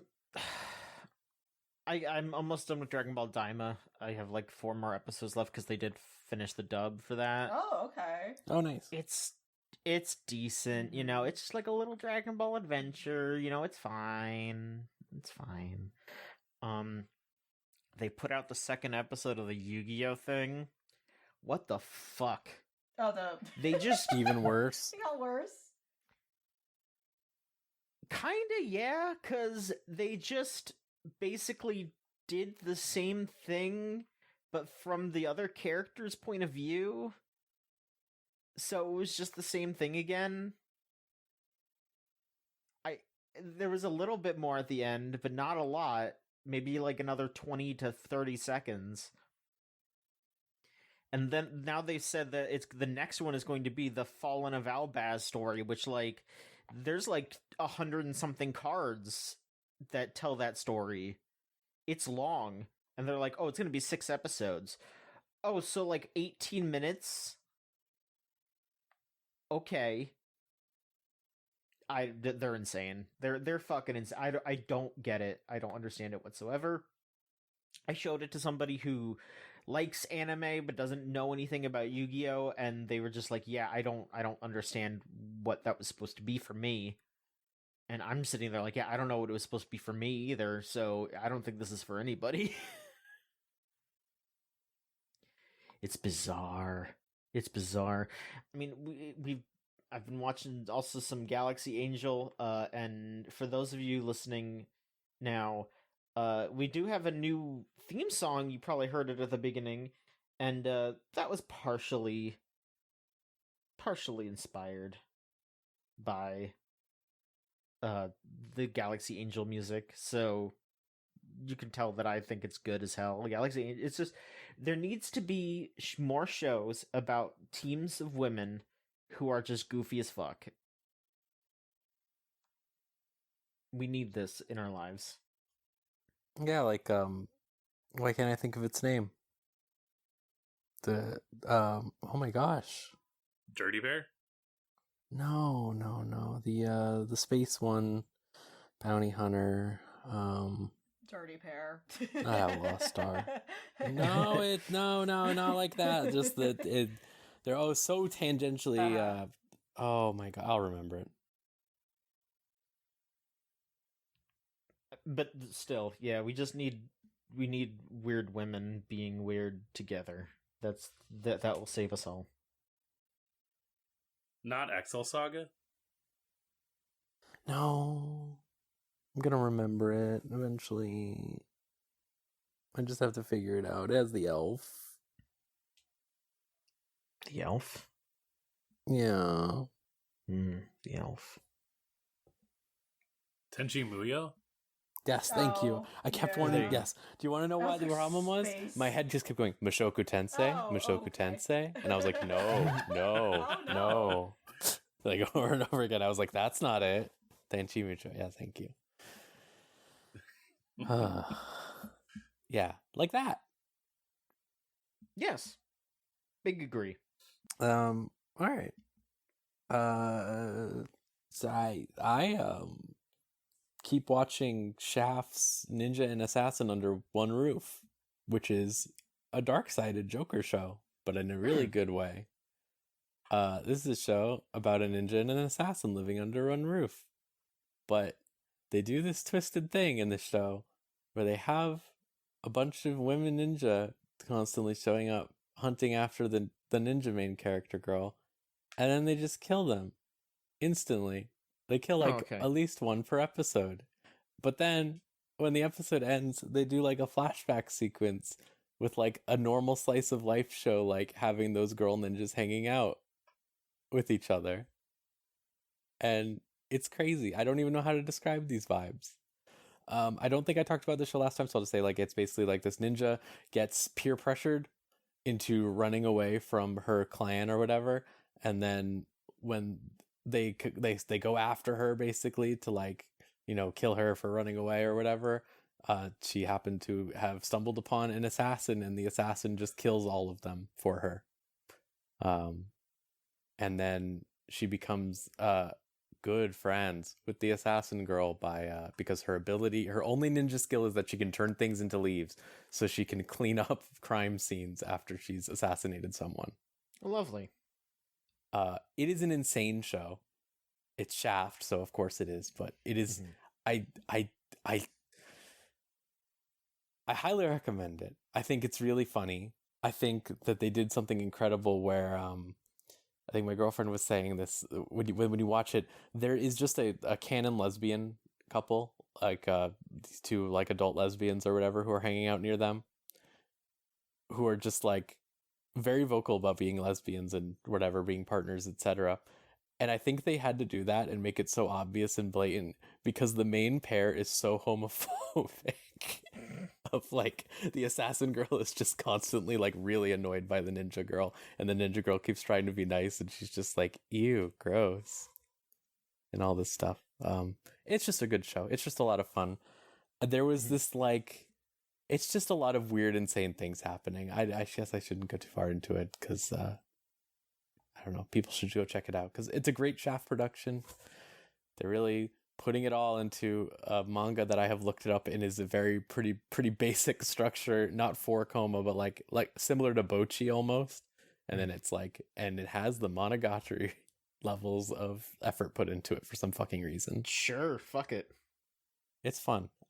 It's really fun if you like girls doing stupid shit.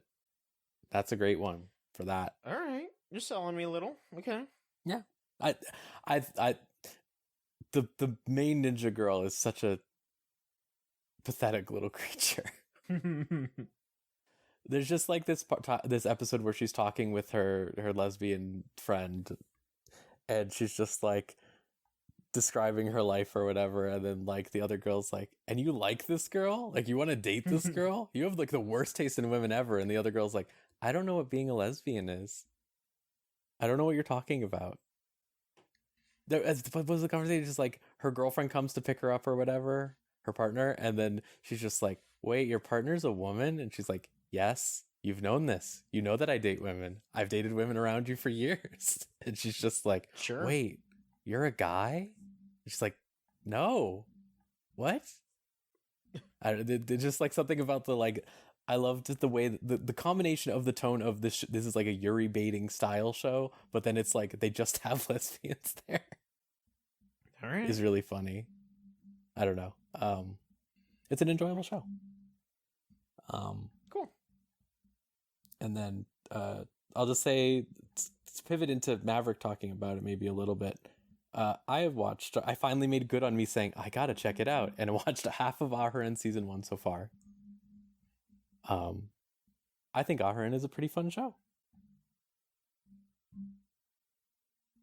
I think I've been watching the dub, and the dub is surprisingly good. Oh, nice. I assume you're just watching it sub since you're watching it week in week. That I am. Shoutouts to Billy, because they're attached to this property now. Oh, okay. Nice. Somehow. I don't fully know to the extent, but it's just been funny where, like, my batch of subs have, like, the little Billy logo at the front, and it's just like, yes, my program. But no, I mean, like, see, you're at the part before, like, you know, they actually really go into the rom-com aspect. Yeah, sure. But even that, like, early stuff is still a lot of fun. I just really like how Ahern is just always just dangling off of his fucking arm. Like she's like some sort of like, I don't even know. It just looks really funny all the time. She's such a fucked up little creature. But she's also, like, really cool. She is really cool. I mean, she can do literally anything at any time. She's like an 8-year-old's version of cool, which is definitely, like, that's cool to a lot of people. I don't know if it keeps up, but my favorite thing in these early episodes is just how is it Rindo? Is that his name? Or Rido? Yeah. Rido. Righto, yeah. I really like how he just, anytime they do any hobby for the first time, he goes, we could go pro. Just every time, over and over again, he just keeps going like, we could do this for a living. And then it's like, why do you think that she could be good at basketball? What's wrong with you, man? That's just like how Rido the teenage brain works also, of just like, oh man, we could make a YouTube video. Like the YouTube episode was really real when they were doing their TikTok dances or whatever. Yeah. And he's like, wow, we got 2 views. It's over. Go pro. 100 views. Now we got something. Yeah. No, like it's interesting when you say it like that. Season 2, I think, hits a little bit more into the narrative that it's going into, but not in a way that feels like, what is it? Like, it's doing a good job of not just being full on, like, segments, but having a bit of, like, first half A plot, second half B plot going on that doesn't, like, get paused by its jokes, which is interesting. And then also it just is, like, actively, it just does a good job of showing why Rido and Aharen work as a couple, which is, like, it's weird that this show that is just so, like, low effort, for a lack of a better term, it just, like, is working with, you know, just whatever is in the spare drawer to get its stuff going, but is just easily mopping up whatever else is going on for, like, rom-coms and stuff. Getting married to a girl I hate in my class. The one where like, it's like, that's the competition. You're not my you're not my actual brother, so I need to plow you. Stuff like that. Yeah, the hit Disney TV show, Canadian import, Life with Derek. Yeah. Oh, yeah, of course. God. No, trying to think, the most recent episode was when they were having, like, a Christmas party, or they were supposed to have a Christmas party, and, what is it? Like, Rydo's like, actually, I want it to just be me and Aharen to hang out, since it's, like, our first Christmas as a couple, which is really cute. And then it just leads the bit before that, though, was finding out that they both have the same birthday. and he didn't like know until like literally they also throw a surprise party for him. That sounds like something he'd do. Yeah. I'm not gonna. Oh man, like the punchline for that too is really good, but I'm not gonna. Have you gotten to like what Aren gives Raito as a gift? I don't think so. The last episode we watched, oh god, what even happened in it? I think it was just them playing a bunch of different sports together. Okay. No, yeah, there's a bit that like. Mm-hmm. Aharon's brother was introduced. Oh my god, the goat. Really great ending to that episode. Really liked that one. No, yeah, he's great. He continues to be just the most, like, promising, the most normal one in the entire damn cast. That makes sense. Oh, right, you also have the stuff with the best friend, right? Yeah, that was pretty early on.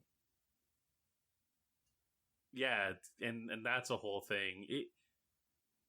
It is not brought up in the second season, really, but then she also does a lot of like playing with or playing off of a character that also gets introduced in season 2. That's a lot of fun. Good show. Yeah. I loved season 1, so I'm excited too. Based on everything I'm hearing. Yeah. I'm enjoying season 1. I'm excited to get to season 2 eventually. I'm glad. I'm just glad there is a season 2 that's going to be there when I'm done. Because what am I gonna do? I have 2 episodes left of Boxo anime. Like what dubbed anime am I supposed to put on after that? Huh?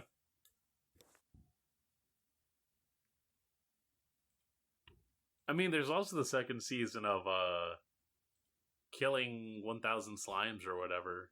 Yeah, I still need to get to that because we watched as a group, but we made the mistake of I left my girlfriend in charge of looking at episode counts, and then she chose the whatever Crunchyroll said watch next, and it was like the last episode of the last season, and we just watched it in confusion, thinking that it was like Bofuri season 2 where they just had like the story continue with no explanation. Oh wow. Mm-hmm. So we ended up getting detoured with that, but that is true. I need to get into that because that's a show. That's for damn sure. That's a show. Yeah. There are some damn shows this season. There are some damn shows this season. Was there anything else that anyone else... Elvie, were you watching anything else? Or were you just busy doing all the con stuff? I was lost in the sauce, actually. In I figured. World. Yeah. And what more about watching anime when you're in the anime world? You're in the real world, yeah. All right. Mm-hmm. Then, Maverick, if you just want to finish us up with some G-Quacks. Dog, G-Quacks is fucking nuts. My boyfriend got really into a Gundam hyperfixation, so I'm also kind of loosely watching it. So I'm not seen the first 2 episodes, but I think I'm like we're up to 6 or 7, right? Like, is that what it's up to right now? Music's great. 8 released solid. today. 8 just came out. Music's really good, first of all, so I'll say that. Oh yeah. No, music is fantastic. They have an insert song. Yeah. I think like not every episode, but they've been having a lot of those come out, and they've also been like so much fun. But oh my god, so the girls are fighting. I guess like it's sad. Well, we are now at a point where the girls may or may not be fighting. Uh-oh. It is still to be seen. Fully. They were like, last Gundam was too gay, we gotta have the girls fight. Well, no, like, the last Gundam was too gay in, like, an affectionate way. We're being gay in a rough way. Yeah. Mm-hmm. Like, these girls are not alright, but also Similar to the issues of my romantic teen comedy snafu, none of them know what polyamory is. And it's really causing some issues. We don't know yet.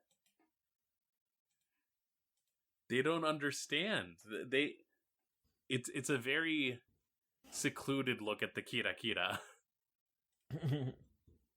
Now, it just like I think initially, like myself included, people were upset about the fact that this was only going to run 12 episodes, but like it definitely goes to show that when you know the runway that you have, you just fire in all cylinders, and it is like really, we're getting to the last quarter of the show with like what episodes 9, 10, like the last 4 episodes, and to see what's gonna come up, like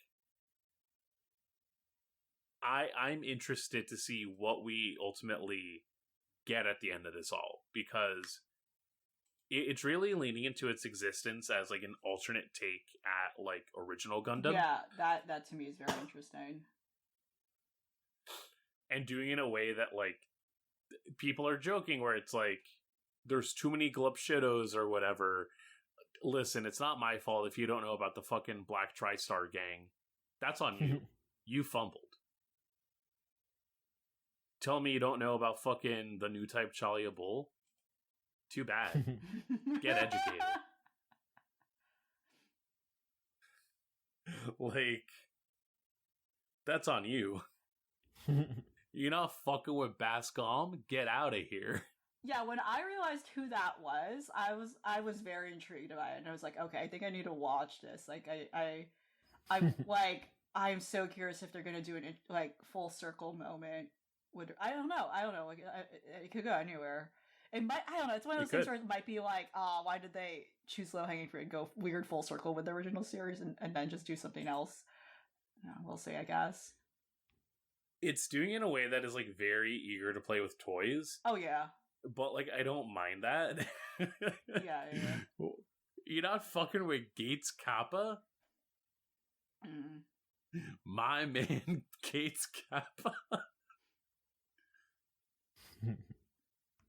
It very is the one episode wonder Gates Kappa. It is very it is very the energy of like, oh, I have these old figures around, and then I'm making them you're so right. Like, I'm making them interact with my newer figures that are completely different art style. Yeah, and I think like seeing these characters in this art style too is very jarring too. But I think it's cool. I do love the colors and everything. The best thing about it though is that it never feels like the new characters are like ever just fully taken out of the context. Right, yeah. And I think that is like pivotal as well, where, you know, ultimately this is still a show about Machu and Ya and the third one. You know? Yeah, no, yeah. Mr. Guy Shuji, there we go. The guy. Yeah. But in all that, you know, as is often a theme in Gundam, people in the next generation having to just bear witness to the like folly and sins of those before them, and having to figure out what to do to still just take whatever initiative and whatever step forward that is available to them. And especially after this episode, there is a lot being set up with what that can look like, and I have zero idea where it's all going to land.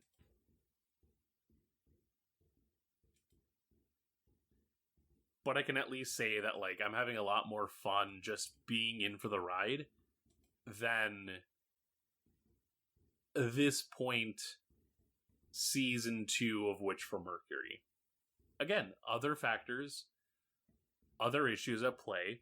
I don't like that, I rag on it pretty immediately.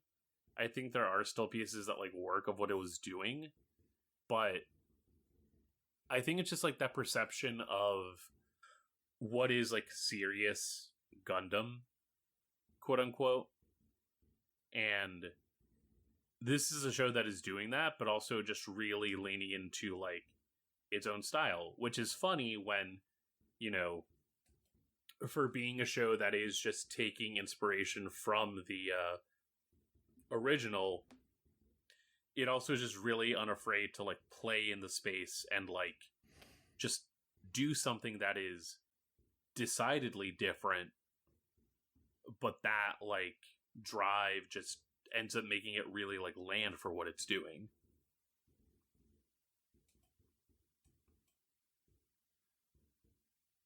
Mm-hmm. Well, I'm hoping that it all works out in the end. I have a little more faith than I did for Witch of Mercury, just since we've talked about it before. It's the Die Buster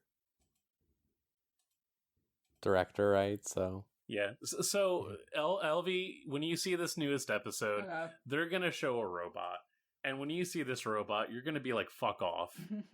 Well, they showed like the back of Char again. You know, now it's just, which I think is interesting. So I don't know, the play into significance of like okay, sure, we'll see. What, you mean the guy that was with Bascom? You talking about my man Gates Kappa?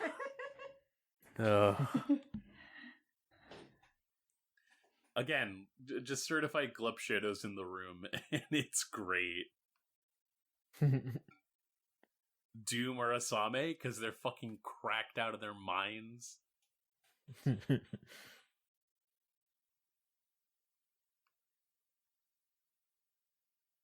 Well, I'm glad the Gundam people are happy. I see everyone talking about how they use 5 seconds of Zeta songs every now and again and make everyone happy.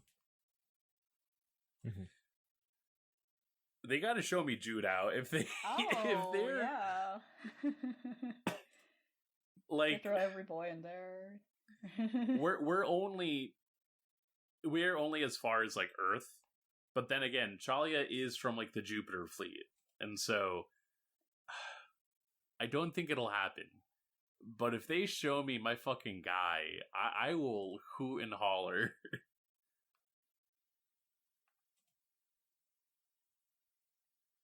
Mm-hmm.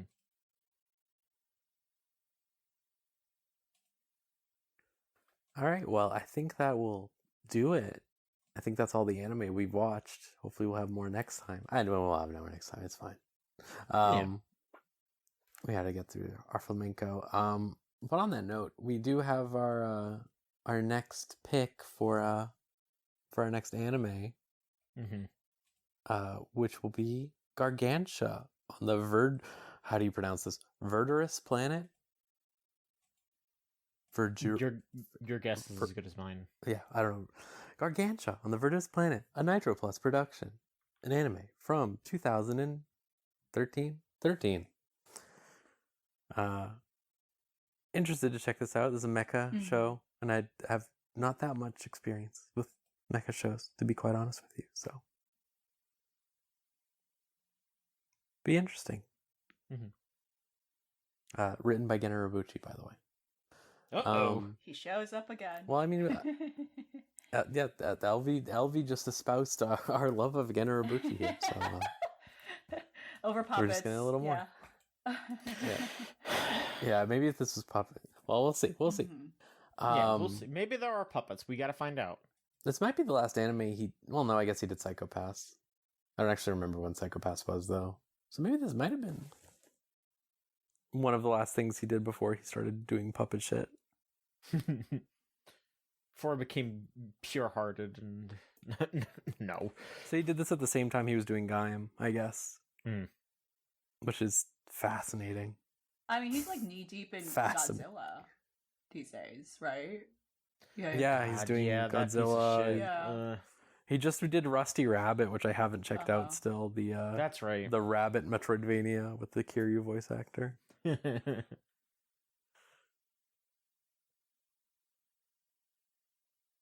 God, yeah. And don't forget the Madoka movies this year. Yeah, don't forget. Oh, boy. God. Homebrew's in a bad place. Anyway. We're gonna check that out. Gargantia, Murderous Planet. Find it. I think it's on Crunchyroll. I'm pretty sure it's on Crunchyroll, but you can find it anywhere. All right, yeah. John did the email stuff earlier, so I'll do the Patreon thing. Patreon.com/Gamesline. $3 get 2 episodes 1 week early, and appreciate everyone who does that and listens to this. Thank you. Yeah, so I think we're just gonna do a normal episode cycle this time around, right? I think probably we're back in the saddle. I think it's time. Yeah, we just took that little extra break to get caught up on Samurai Flamenco since it was a full ass show. But yeah. All right, cool. Well, thank you everyone for listening, and see you again on another episode of Unlimited Railworks.